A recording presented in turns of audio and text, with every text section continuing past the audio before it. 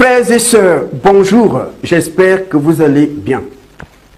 On entend aujourd'hui un peu partout en Afrique des voix qui s'élèvent, qui parlent du kémitisme, du panafricanisme.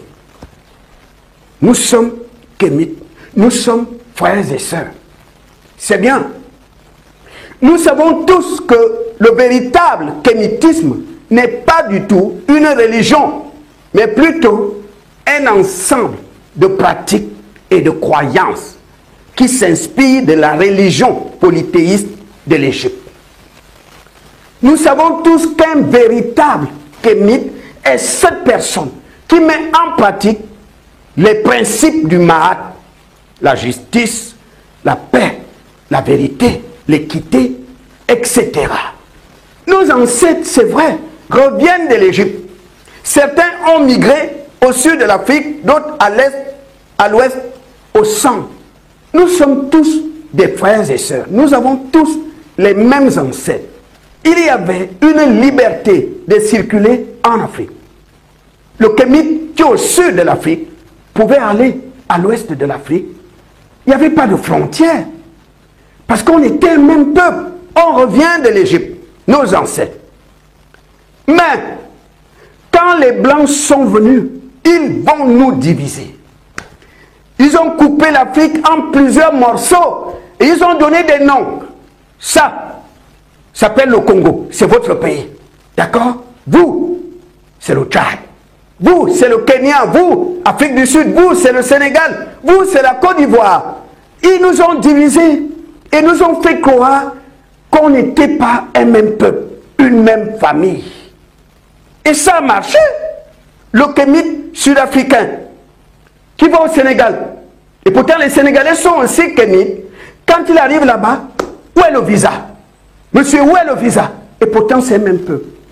Le kémite qui est ivoirien, il va au Kenya, ses frères kémites du Kenya, quand il arrive là-bas, monsieur, où est le visa? Ils nous ont fait croire qu'on n'était pas un même peuple. Tu es ivoirien, tu n'es pas ghanéen, tu es nigérian, tu n'es pas camerounais, tu es togolais, tu n'es pas mozambicain, tu es namibien, tu n'es pas éthiopien.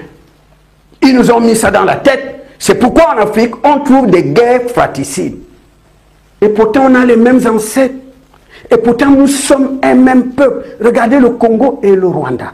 Parce que les Blancs nous ont mis dans la tête que tu es Congolais, tu n'es pas Rwandais. Vous n'êtes pas parenté. Tu es Tanzanien, tu n'as aucun lien avec les Tchadiens. Alors que nous sommes un même peuple.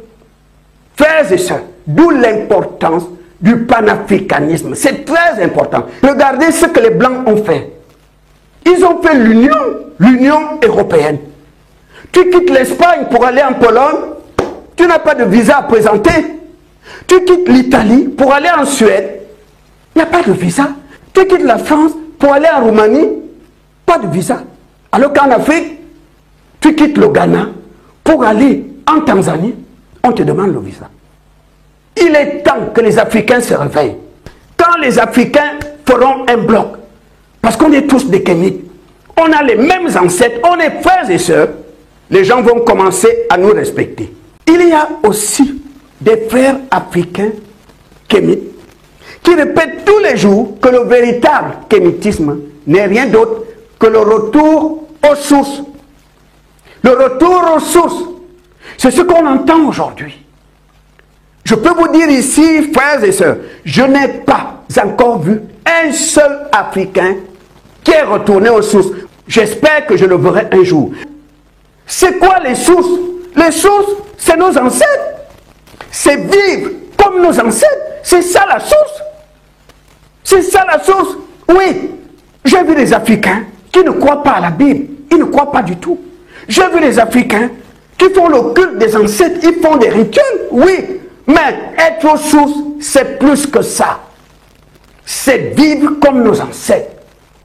Quand je verrai cet Africain qui coupe complètement avec le monde moderne, va dans la forêt, construire sa case, porter du raffia et des peaux de bête, vivre de la pêche, de la chasse, de la cueillette, de l'agriculture, je dirais oui, toi tu es aux sources. Celui qui arrive jusque-là est aux sources. être aux sources. Mais si tu jettes la Bible, pour moi, tu n'es pas aux sources. Être aux sources, c'est plus que ça. Vous savez, j'ai un collègue de travail. Il parle beaucoup du kémétisme. C'est un Angolais. Il sait que je lis la Bible. Un jour, il est venu vers moi. Il dit, la Bible, c'est les Blancs qui ont apporté ça. Laisse la Bible. Notre avenir se trouve aux sources. Retournons aux sources, frère. Ces histoires-là, c'est les trucs des Blancs. Je l'ai regardé dans les yeux. Je lui ai dit, mon ami, quand je te verrai aux sources, je viendrai après. Je vais te suivre. Quand tu seras aux sources, c'est quoi aux sources? C'est vivre comme nos ancêtres. S'habiller du raffia et des peaux de bête, coupés complètement avec le monde moderne. Mais quand je te regarde, mon ami, regarde, tu portes les baskets. Nos ancêtres aux sources ne portaient pas les baskets. Je te vois avec des chemises. Les Blancs ont apporté la Bible, oui, mais ils ont aussi apporté le pantalon jean que tu portes. Ils ont aussi apporté le pantalon jean. Le costume que tu portes là, c'est les Blancs qui l'ont apporté. Quand on va aux sources, allons aux sources à 100%, pas à moitié. Aux sources, c'est pratiquer les principes du Mahat, s'habiller comme nos ancêtres, couper complètement avec le monde moderne. Mon ami, tu me dis que c'est le retour aux sources. Tu fais quoi avec ce téléphone portable? Tu fais quoi avec le téléphone portable que tu as là? On va aux sources. On laisse tout ce que les Blancs ont apporté. On vit comme nos ancêtres. C'est ça les sources. Ce n'est pas parce que tu jettes la Bible que tu es aux sources. Je suis désolé. Tu as le téléphone portable. Tu as les baskets, tu portes les jeans que les Blancs ont apportés. Si nous devons vivre comme aux sources, vivons comme nos ancêtres. Quand on décide de faire quelque chose, on le fait à 100%. Pas à moitié. Pas à moitié. Soyons sérieux. Aux sources, allons aux sources, allons aux sources.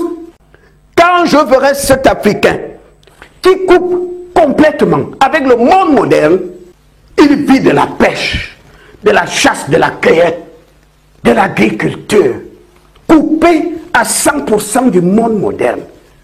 Il s'habille avec du raffia et des peaux de bête. Cette personne-là est aux sources. Cette personne-là est aux sources. Ce n'est pas parce que tu jettes la Bible que tu es aux sources. Je suis désolé. Je veux te voir vivre comme vivaient nos ancêtres. C'est ça la source. C'est ça la référence, la vie de nos ancêtres. Ce n'est pas parce que tu as été faire un rituel, tu es allé invoquer tes ancêtres. Mais quand je te regarde, tu portes les habits des Blancs. Les Blancs ont apporté la Bible. Je suis d'accord. Mais ils ont apporté aussi le pantalon jean que tu portes. Les Blancs ont apporté aussi les baskets que je vois sur tes pieds là. Si nous voulons vivre comme nos ancêtres, si nous décidons d'aller aux sources, on doit se débarrasser de toutes ces choses que les Blancs ont apportées et vivre comme nos ancêtres. Vivre comme nos ancêtres, c'est très important. Frères et sœurs, quand je verrai une personne qui est retournée aux sources, je viendrai. C'est ce que j'ai dit à mon collègue de travail. Retourner aux sources. Les sources, c'est la vie de nos ancêtres. Celui qui est aux sources vit comme vivaient nos ancêtres, s'habille comme s'habillaient nos ancêtres. C'est cette personne qui est aux sources.